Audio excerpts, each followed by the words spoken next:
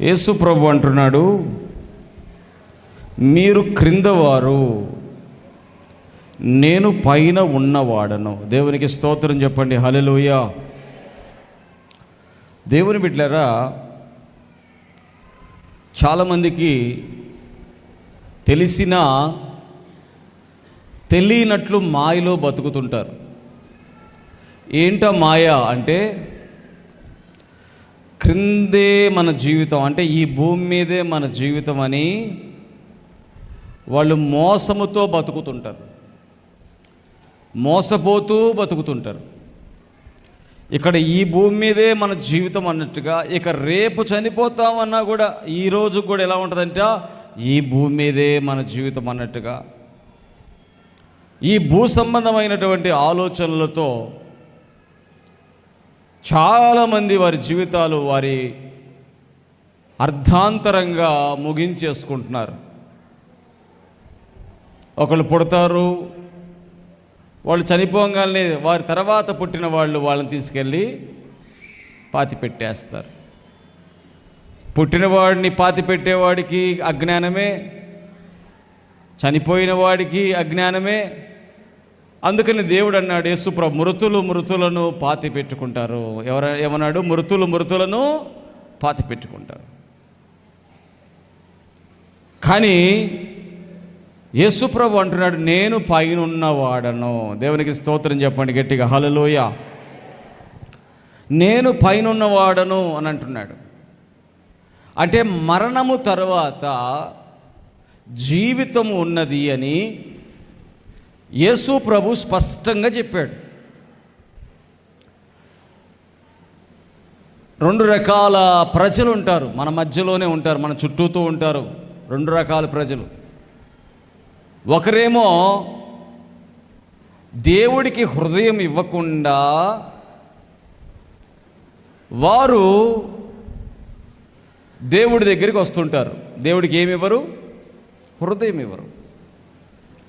దాన్ని ఏమంటారంటే మతం అని అంటారు. దాన్ని ఏమంటారండి? మతం. ఈ మతములో ఉన్నవాళ్ళు ఎప్పుడు కూడా ఏం చేస్తుంటారంటే ఎదుటి వ్యక్తులను విమర్శిస్తూ ఉంటారు.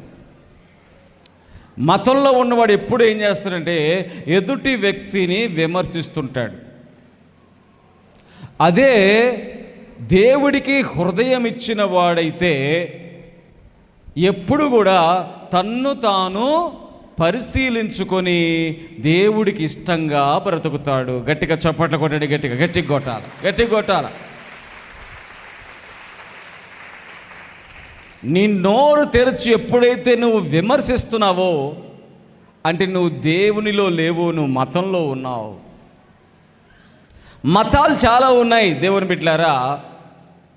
హైందవ మతం ఉంది, ముస్లిం మతం ఉంది, సిక్కు మతం ఉంది, యోధా మతం ఉంది, క్రైస్తవ మతం కూడా ఉంది. ఏ మతం కూడా ఉంది? క్రైస్తవ మతం కూడా ఉంది.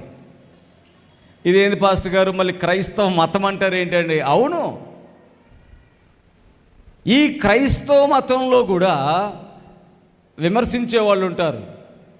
ఈ క్రైస్తవ మతంలో కూడా చర్చికి రాని వాళ్ళు ఉంటారు.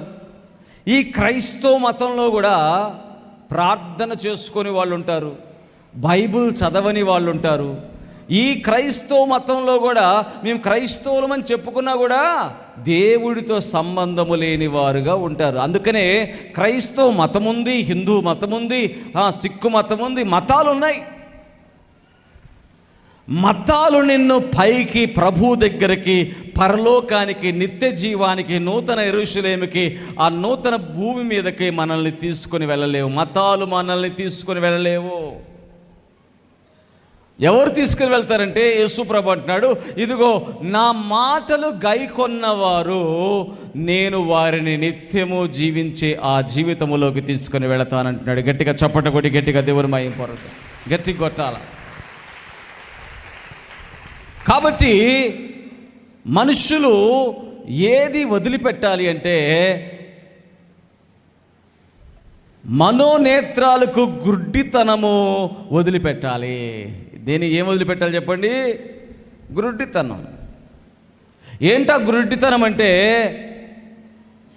నాది, ఇది నాది, నేను, నాకు. చాలామంది ఈ జీవితంలో, ఈ భూమి మీద ఇలాంటి మాటలతోనే బతుకుతుంటారు. నాది, నేను, నాకు. ఎప్పుడైతే ఆ మనసు వస్తుందో వారు ఖచ్చితంగా ఎదుటి వారిని ద్వేషిస్తుంటారు, ఎదుటి వారిని తృణీకరిస్తుంటారు, ఎదుటి వారిని అపహాస్యం చేస్తుంటారు, ఎగతాళి పట్టిస్తుంటారు. యూదులు కూడా యేసు ప్రభుని చూసి ఎప్పుడు కూడా ఎగతాళి చేయడానికి వచ్చేవాళ్ళు. ఏంటి ఈయన దెయ్యాలు వెళ్ళగొడుతున్నాడా, ఏంటి ఈయన రోగాలు స్వస్థపరుస్తున్నాడా, ఏంటి అని చెప్పేది ఈయన యొక్క చెల్లెళ్ళు, సహోదరులు, లేకపోతే ఈయన తల్లి, ఈయన తండ్రి ఈ ఊరి వాళ్ళే కదా, ఆయన వడ్లవాని కుమారుడు కదా, ఏంటి అని చెప్పేదేంటి అని అంటున్నారు. కానీ ఆయన పైనుండి వచ్చినవాడు, పైనున్నవాడు, పైనుండి వచ్చినవాడు అనే మాటల్ని మాత్రం అర్థం చేసుకోలేకపోతున్నారు. అంటే కారణం ఏంటంటే వారి హృదయములో గుడ్డితనం ఉంది. గుడ్డితనం ఏం చేస్తుందంటే చీకటి, కనపడదు. బాబు ఇదిగో ఈ మార్గంలో వెళితే నీకు ఊరు వస్తుందయ్యా అని చెప్తే కనపడేవాడు ఏం చేస్తాడంటే ఆ మార్గము గుండా వెళ్తాడు. అది గుడ్డివాడైతే ఏమైపోతాడు? గుడ్డివాడు ఆ మార్గము గుండా వెళ్ళలేడు, వాడు త్రోవ తప్పుతాడు, పక్కకి వెళ్ళిపోతాడు, దారి తప్పిపోయి మార్గము తెలియని గుడ్డివాడిగా ఎక్కడెక్కడో పొలాల్లోనో, గట్లలోనో, గుంటల్లోనో పడిపోతాడు. దేవుని వాక్యం అంటుంది, ఈ యుగ సంబంధమైన దేవత ఆ అవిశ్వాసుల యొక్క మనోనేత్రాలకి గుడ్డితనము కలుగజేసింది. అంటే వాళ్ళు యేసు ప్రభుని గురించి తెలిసినా ఆయన చెప్పే మాటలను వారు లక్ష్య పెట్టరు. అందుకని మనోనేత్రాలు తెరవబడాలి. ఈ మనోనేత్రాలు తెరవబడడం అనేది ఎవరు చేస్తారంటే యేసయ్య వెలుగు, ప్రకాశమానమైన వెలుగు నీ మీదకు వచ్చినప్పుడు నీ మనోనేత్రాలు తెరవబడతాయి. గట్టిగా చప్పట కొడి, గట్టిగా దేవుని గట్టి కొట్ట. అందుకనే కింద ఉండేది వేరు, పైనుండేది వేరు. కింద ఉండేది ఏంటంటే, చదవండి యాకోబు రాసినటువంటి పత్రిక, యాకోబు రాసినటువంటి పత్రిక 3వ అధ్యాయం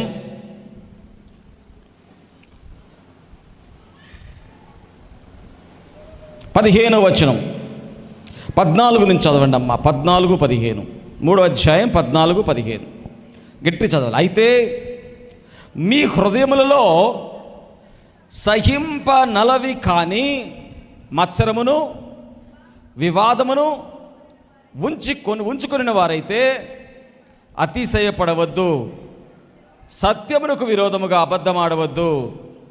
ఈ జ్ఞానము పైనుండి దిగివచ్చినది కాక భూ సంబంధమైనది, ప్రకృతి సంబంధమైనది, ఏమంటే దెయ్యముల జ్ఞానము వంటిది అయినది. ఎలయనగా మత్సరమును, వివాదమును ఎక్కడ ఉండునో అక్కడ అల్లరి, ప్రతి నీచ కార్యమును ఉండును. అయితే పైనుండి వచ్చు జ్ఞానము మొట్టమొదట పవిత్రమైనది, తర్వాత సమాధానకరమైనది, మృదువైనది, సులభముగా లోబడినది, కనికరముతోనూ మంచి ఫలములతోనూ నిండుకొనినది, పక్షపాతమైనను వేషధారణ అయినను లేనిదై ఉన్నది. గట్టిగా చప్పట కొట్టి గట్టిగా దేవుని మహిమపడుతుంది. గట్టిగా దయ్యముల జ్ఞానం, ఈ లోక సంబంధమైన జ్ఞానం దయ్యముల జ్ఞానం. ఏమంట ఆ దయ్యము జ్ఞానం అంటే? మత్సరము. ఏంటంటే అది వివాదము. ఈ భూమి మీద మీరు చూడండి, కావాలంటే ఈ భూమి మీద ప్రతి ఒక్కడు కూడా మత్సరం ఉంటుంది, వివాదం ఉంటుంది. ఈ మత్సరం, వివాదం అనేది ఎట్లా వస్తుందంటే నాది అని అనుకుంటాడు. ఈ మత్సరము, వివాదం ఎప్పుడు వచ్చిందంటే నేను అనుకుంటాడు. అనుకున్నప్పుడు అక్కడ తగాదాలు ప్రారంభమవుతాయి. తల్లిదండ్రుల దగ్గర ఒక 20 ఏళ్ళు పెరిగినటువంటి ఆ బిడ్డ పెళ్లి చేసుకొని వచ్చిన తర్వాత ఆ భర్త అంటాడు, ఇక నువ్వు నీ తల్లిదండ్రుల దగ్గరికి వెళ్ళటానికి వీలు ఉందా లేదా? లేదో. నువ్వు అక్కడ ఏడకి వచ్చేసిన తర్వాత అక్కడికి వెళ్ళాలి లేదో అంటాడు. లేదు అనగానే ఆమె లేదు అంటే ఆమె లోపల ఏమనిపించిద్ది ఆమెకి అంటే, నువ్వేమో మీ తల్లిదండ్రుల దగ్గర ఉండొచ్చా, నేనేమో మా తల్లిదండ్రుల దగ్గర వెళ్ళకూడదా? సరే కానీ స్టార్ట్ అయిపోయింది. అంతే. ప్రతి నీచ కార్యము స్టార్ట్ అయిపోయింది. దయ్యముల జ్ఞానము స్టార్ట్ అయిపోయింది. ఏంటి దయ్యముల జ్ఞానం? ఇక లేచిన దగ్గర నుంచి ఎక్కడ వంకలు దొరికితే ఆ వంకలన్నీ టెంకలు అయిపోతాయి. దేవునికి స్తోత్రం. ఇక చూసుకో, ఆ ఇల్లు గందరగోళం అయిపోద్ది. కారణం ఏంటి? నేను నాది పెళ్లి చేసుకున్నది నువ్వేనయ్యా పెళ్లి చేసుకున్నావు. ఆయనతో మాత్రాన ఆమెకు తల్లిదండ్రులు ఉండరా? దేవుని ఇస్తా, నీకు తల్లిదండ్రులు ఉన్నారుగా. హల్లెలూయా.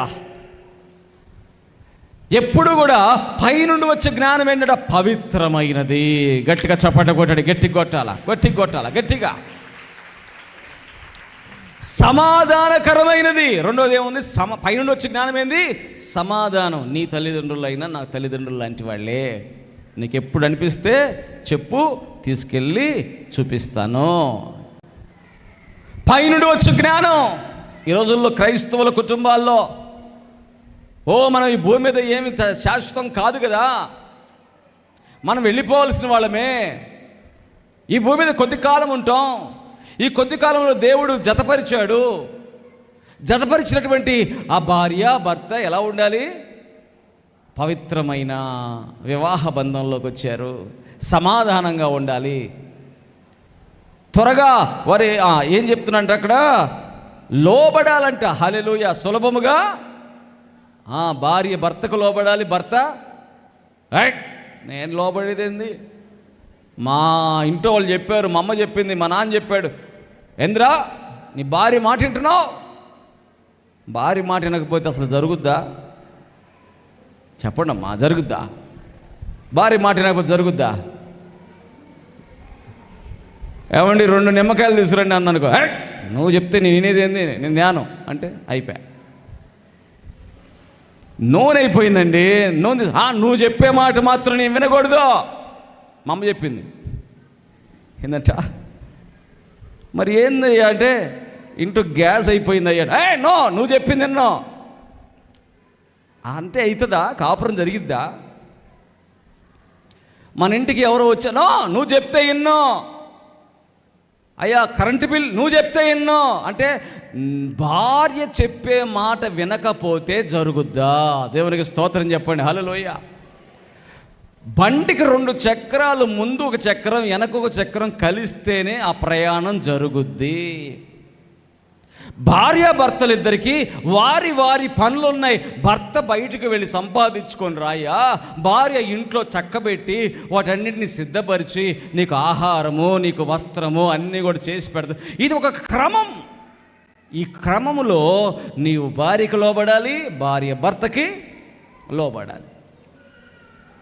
పైనుండి వచ్చే జ్ఞానం ఏంటంటే మీకేం చేస్తుందంటే ఆ అండర్స్టాండింగ్. హల్లెలూయా. ఏం చేస్తుంది?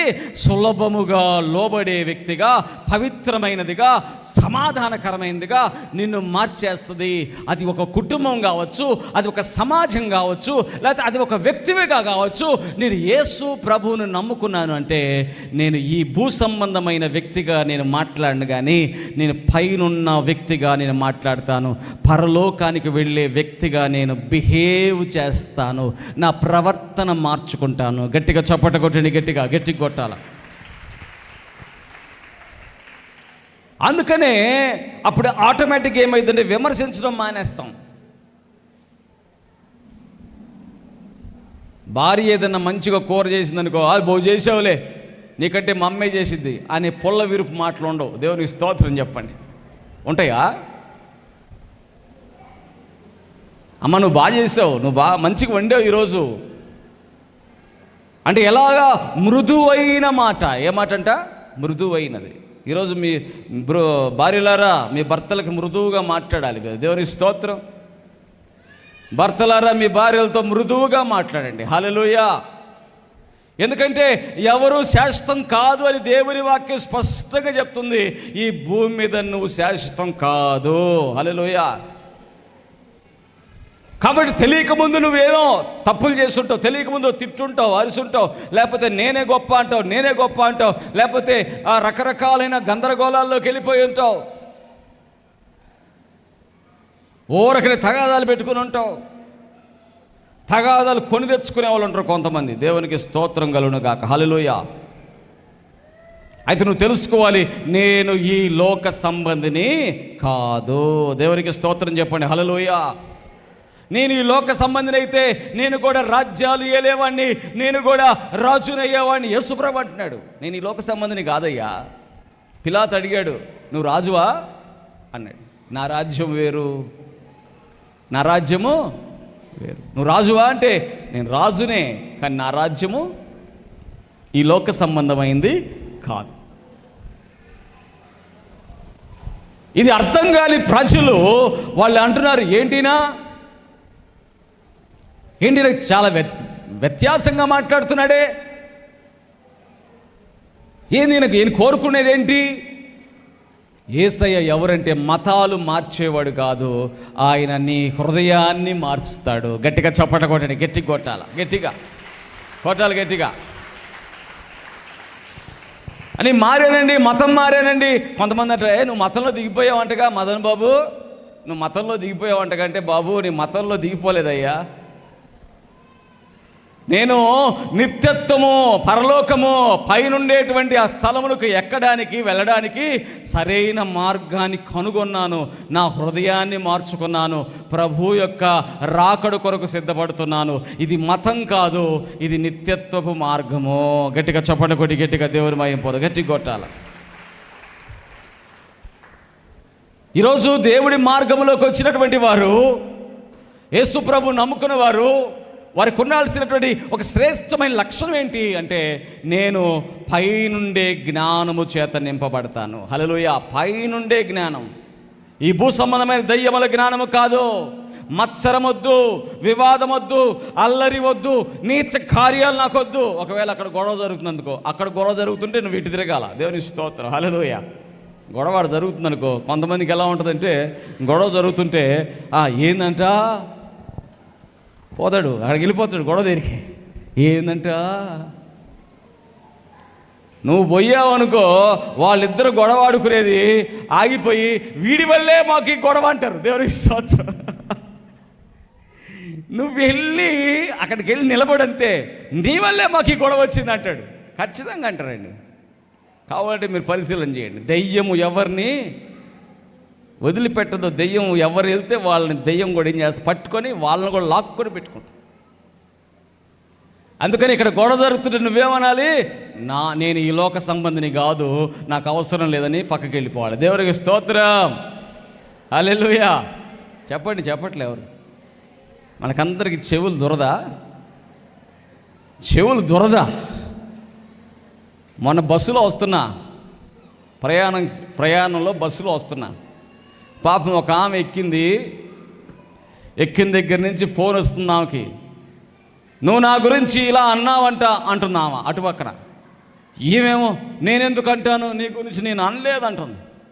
ఆ వదిలిపెట్టట్లా ఈమె అంతే, ఈమె అంతే. నేను 5 నిమిషాలు 10, 20, అరగంట, వామ్మో ఒకటే టాపిక్. ఏం టాపిక్ అది? ఆమంటుంది నువ్వు అన్నావంట. నేనెందుకు అంటాను? నేను మంచిదాన్ని అయితే నేను అట్లా అనేదాన్ని కాదు. నేను అంటే అన్నాననే చెప్తా, నేను అనలేదు అంటుంది ఇవి అదే రికార్డు అనమాట. ఇక అరగంటైనా అది ఆగట్లా. చివరికి ఆమె ఏం చేస్తుందంటే కులం ఎత్తుతుంది. చివరికి అటువైపు ఆమె ఏం చేస్తుందంటే నిజాయితీ ఎత్తుతుంది. చివరికి అటువైపు ఆమె ఏం చేస్తుందంటే ఇంటి వారిని ఎత్తుతుంది. ఇక పెద్దగా గోల అయింది. ఆ ఫోన్లో ఏం గోలో కానీ ఇవి ఏడుస్తుంది. దేవునికి స్తోత్రం. ఏం చేస్తుంది? ఏడుస్తుంది. ఇక ఏం జరిగింది అక్కడ? అల్లరి. నీకు ఫోన్ వచ్చిందా? నాకు ఫోన్లు చాలామంది చేస్తుంటారు. ఈ ఫోన్ నెంబర్ దేనికి ఇచ్చానంటే ప్రార్థన అవసరత. దేనికి చెప్పండి? దేనికి? ఒక అతను ఫోన్ చేస్తాడు, ఓయ్ నాకు చెప్పు సమాధానం, నువ్వు చెప్పాల్సిందే అంటాడు. ఏందయ్యా అంటే, అతనికి ఏదో డౌట్ ఉందంట, దాన్ని చెప్పమంటాడు. చెప్పిన దానికి వినకుండా దానికి వితండవాదం చేస్తాడు, మూర్ఖత్వం. ఇంకప్పుడు నేనేం చేయాలి? ఒక్క నిమిషం అయ్యా, నేను మళ్ళీ చేస్తాను, లేకపోతే నువ్వు మళ్ళీ చేయ అని పెట్టేస్తాను. ఈసారి మళ్ళీ ఫోన్ వచ్చిందనుకో, ఎత్తుతానా? పిచ్చి కుక్క దగ్గర ఎవరైనా వెళ్తాడా? పిచ్చి పట్టింది కుక్కకి, ఎవరో దానికి పిచ్చి పట్టిందిరా అన్నారు. ఇక దాని దగ్గరికి ఎవడైనా వెళ్ళి చెవులు పట్టుకుంటాడా? పట్టుకోడు. కొంతమందికి ఒక మనసులకి పిచ్చి పట్టింది. ఏం పిచ్చి అంటే, ఎదుటి వాడిని ఎట్ట హింసిద్దామా. పాస్టర్లు మాత్రం తేరగా ఉంటారు కదా. పాస్టర్లు పాపము ప్రార్థన చేసుకుంటా మెత్తగా ఉంటారు కదా. వాడు ఏమన్నా కూడా ఈ పాస్టర్ ఏమన్నా కదా. కాబట్టి ఫోన్ చేస్తారు, ఫోన్ ఫ్రీగా. హలో హలో అంటాడు. నేనేమో హలో అయ్యా అంటే, బైబిల్ ఎట్టుంది నువ్వేమంటావు? నేనేమంటానయ్యా, బైబిల్లో ఉన్నదాన్ని బట్టి మనం కూడా నడుచుకోవాలి అంట. అటు కాదులే, నువ్వు చెప్పు నాకు ఇప్పుడు అంటాడు. ఏం చెప్పమంటావు? నీకు ఏం చెప్పాలి అంటే అతని ఉద్దేశం ఏంటంటే, నాకేమీ బైబిల్ రాదు అని నిరూపించాలి అతనికి. దేవునికి ఇస్తుంది. అతనికి ఒక పిచ్చి అన్నమాట. ఏం పిచ్చి అంటే, ఈ మదన్ బాబు పాస్టర్కి వాక్యం రాదు అని అనిపించి, అమ్మయ్య కడుపు నిండిందని ఫోన్ పెట్టేయాలి. ఎంత పిచ్చి ఉందో అతనికి. అట్లాంటి పిచ్చున్న వాళ్ళకి ఏం చేయగలుగుతాం? దేవుడు ఏమన్నాడంటే, వాక్యము నీకు ఇచ్చింది ఎందుకంటే నా మాటలు గైకొని, ఏమన్నాడు, నీవు వీటిని తినాలి. హల్లెలూయా. వాదించడానికి కాదు వాక్యం దేనికి కాదు? వాదించుకోవడానికి కాదు, వాక్యాన్ని గైకొనడానికి, వాక్యాన్ని ఆరగించడానికి, వాక్యము తిని బలము పొందడానికి, ఆత్మ సంబంధులుగా ఎదగడానికి, పైనున్న వారిగా మనము ఈ భూమి మీద సంచరించడానికి. గట్టిగా చప్పట్లు కొట్టండి, గట్టిగా దేవునికి స్తోత్రములు కలుగునుగాక. కొంతమంది మరీ దారుణమైన మనస్తత్వాలు కలిగిన వాళ్ళు ఉన్నారు. పౌలు కూడా యేసు ప్రభువుని నమ్ముకోకమునుపు అదే మనస్తత్వం, మతపిచ్చి. అతనికే వాక్యం తెలుసనే గర్వం. ఆ గర్వంతో ఏం చేసేవాడంటే, క్రైస్తవుల్ని ఎక్కడ ఉంటే అక్కడ వారిని పట్టుకొని తీసుకెళ్ళి చెరసాల్లో పడేసేవాడు, కొట్టేవాడు. కొంతమందిని చంపుతుంటే కూడా చంపనిచ్చాడు. అంత కఠినమైన మనస్సు. అంటే దేవుడు నమ్ముకున్నావా అంటే నమ్ముకున్నాను అంటున్నాడు, కానీ మనసు ఏమో కఠినం. కానీ యేసు ప్రభు ఏమంటాడు? ఆయన మనసు ఎటువంటిది? కనికరపడే మనసు, జాలి పడే మనసు, పాపముతో ఉన్న వారిని కూడా క్షమించే మనసు. గట్టిగా చప్పట్లు కొట్టండి, గట్టిగా దేవునికి స్తోత్రం. ఈరోజు యేసు ప్రభుని నమ్ముకున్న తర్వాత మనలో ఉండవలసిన లక్షణం ఏంటంటే, మనము క్షమించగలగాలి. ఆమేన్, హల్లెలూయా. పైనుండి వచ్చి వారు క్షమించే మనసుతో ఉండాలి. ఎప్పుడైతే పౌలు మారాడో, మారకముందేమో లోక సంబంధమైన మతంలో ఉండి అందరినీ ఈడ్చుకుంటూ కొట్టుకుంటూ భయంకరంగా జీవించిన వాడు, మారిన తర్వాత అంటున్నాడు, నేను మిమ్మును బ్రతిమలాడుతున్నాను అంటాడు. హల్లెలూయా. ఏమంటాడు? నేను మిమ్మల్ని బతిమిలాడుతాను. చూడండి, కానీ మీరు పత్రికల్లో చదివితే సరే, ఒక్క మాట చదవండి. రోమిలకు రాసిన పత్రిక 12వ అధ్యాయం 1వ వచనం చదవండి. రోమిలకు రాసిన పత్రిక 12:1. గట్టి చదవండమ్మా. కాబట్టి సహోదరులారా చదవమ్మా.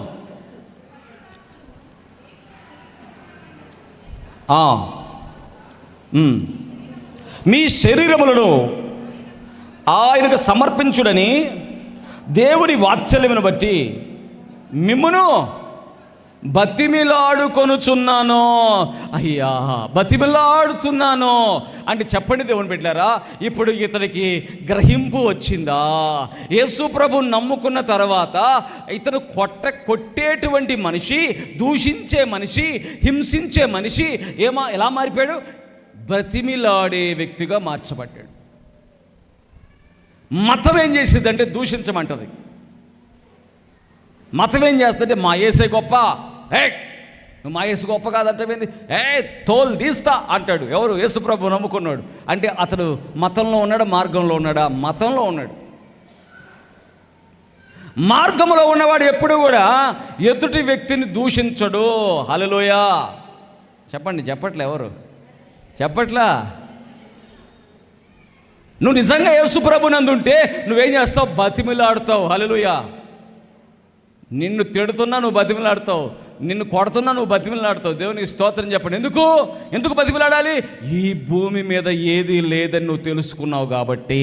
గట్టిగా చప్పట కొట్టండి, గట్టిగా కొట్టాల.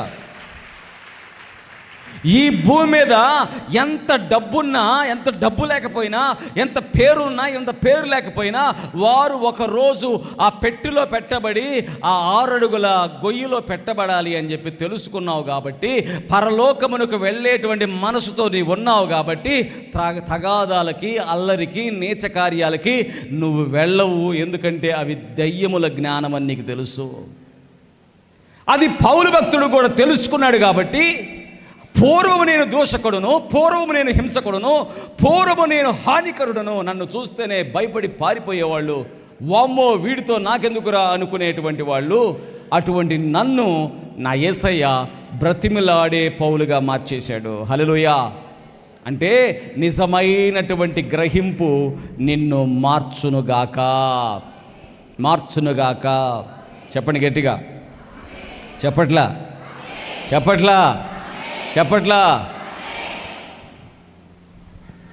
నిజమైనటువంటి గ్రహింపు నిన్నేం చేస్తుందంటే, నేను ఎలా బ్రతకాలో నీతో మాట్లాడుతుంది. హల్లెలూయా. ఎలా బ్రతకాలి?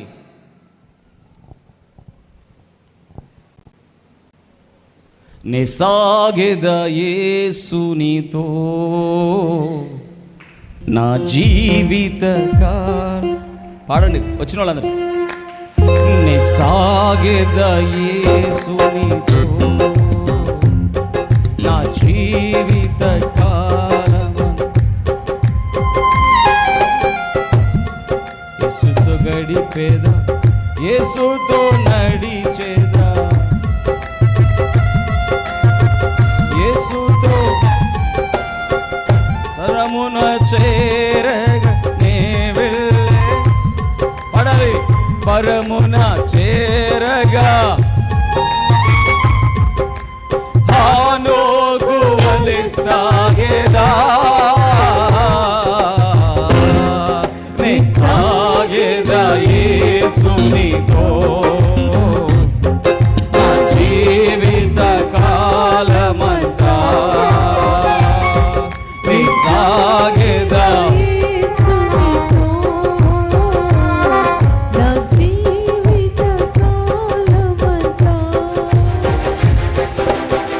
లోకపు శ్రమలు నన్నెదిరించిన, లోకపు శ్రమలు కఠినుడు రాళ్ళతో హింసించిన,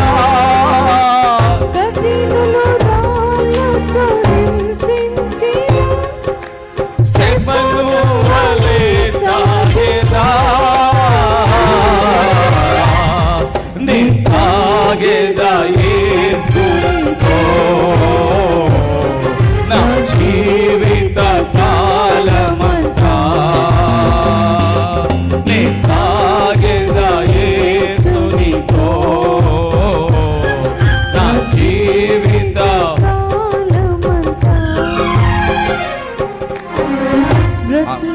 బ్రతుకుట క్రీస్తే చావైతే మేలే, బ్రతుకుట క్రీస్తే చావైతే మేలే, క్రీస్తుకై హత సాక్షిగా మారినా, క్రీస్తుకై హత సాక్షిగా పౌలు వలె సాగెదా, నే సాగెదా యేసునితో నా జీవిత కాలమంతా, నే సాగెదా యేసు